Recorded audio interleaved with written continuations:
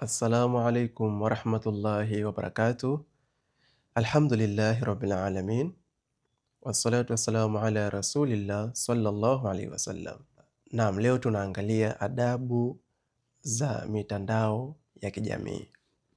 Leo tunaangalia adabu za mitandao ya kijamii. Tupo katika ulimwengu ambao maisha yetu yamekuwa na ziada ya technology ambayo inarahisisha maisha yetu kwa namna moja au nyingine.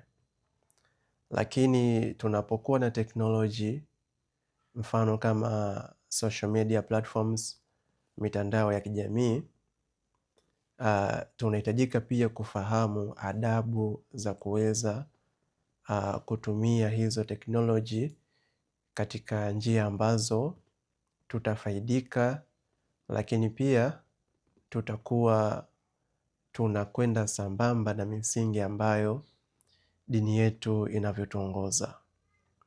So leo tutaangalia adabu za mitandao ya kijamii. Kitu cha kwanza ni kwenye kuchunga muda. Sasa hivi watu wengi sana tumekuwa tunatumia muda mwingi katika mitandao ya kijamii, jambo ambalo linatupelekea kuwa wazito katika kufanya majukumu mengine ambayo yatatusogeza mbele ya Allah subhanahu wa ta'ala. Leo mitandao ya kijamii imekuwa ni kama sumu ambayo inachukua muda wetu mwingi. Muda wa adhkar umekuwa ni mdogo, muda wa kusoma Qur'an umekuwa ni mdogo, muda wa kuweza kukumbushana katika khairi umekuwa ni mdogo, lakini muda mwingi unatumika katika social media platforms. Muda mwingi unatumika katika mitandao ya kijamii. Kwa hiyo ni vyema pia kukumbuka kwamba tunatakiwa tuweze kubalance mitandao ya kijamii isije kuwa ni chanzo cha kuweza kuwa mbali na Allah subhanahu wa ta'ala.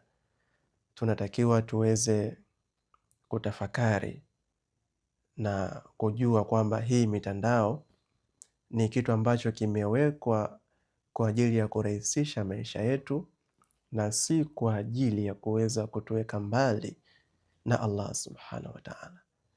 Kwa hiyo kitu cha kwanza kama Muislamu, unapotumia mitandao ya kijamii lazima uweze kujicontrol kwenye kutumia muda wako. Isijetokea muda mwingi ukatumia upo katika mitandao ya kijamii kuangalia vitu ambavyo havina faida kwa asilimia kubwa, bali tenga muda wako wa kutumia mitandao katika njia ambayo ni nzuri, lakini huku pia ukijali vitu vingine ambavyo vinakuhitaji uweze kuvifanya katika mambo ya kheri. Lakini tukiingia kwenye jambo la pili ambalo Muislamu anatakiwa aweze kulizingatia unapotumia mitandao ya kijamii ni kufahamu kwamba kwenye hii mitandao kuna kanuni na kuna sheria. Kwa ni vyema unapotumia mtandao wowote kujua kanuni na sheria za mtandao huo. Na jambo jema ni kwamba kwenye hii mitandao kuna kitu ambacho kinaitwa algorithm. Algorithm ni robot ambayo inaendesha mtandao fulani. Kwa hiyo hii algorithm ndiyo inahusika na kucontrol kitu gani ambacho unapenda kukiona. Kitu gani au maudhui gani ambayo unapenda kuyaona. Kwa hiyo kila mtu ambaye anatumia social media au kila mtu ambaye anatumia mtandao wa kijamii anatakiwa aweze kuzoesha algorithm.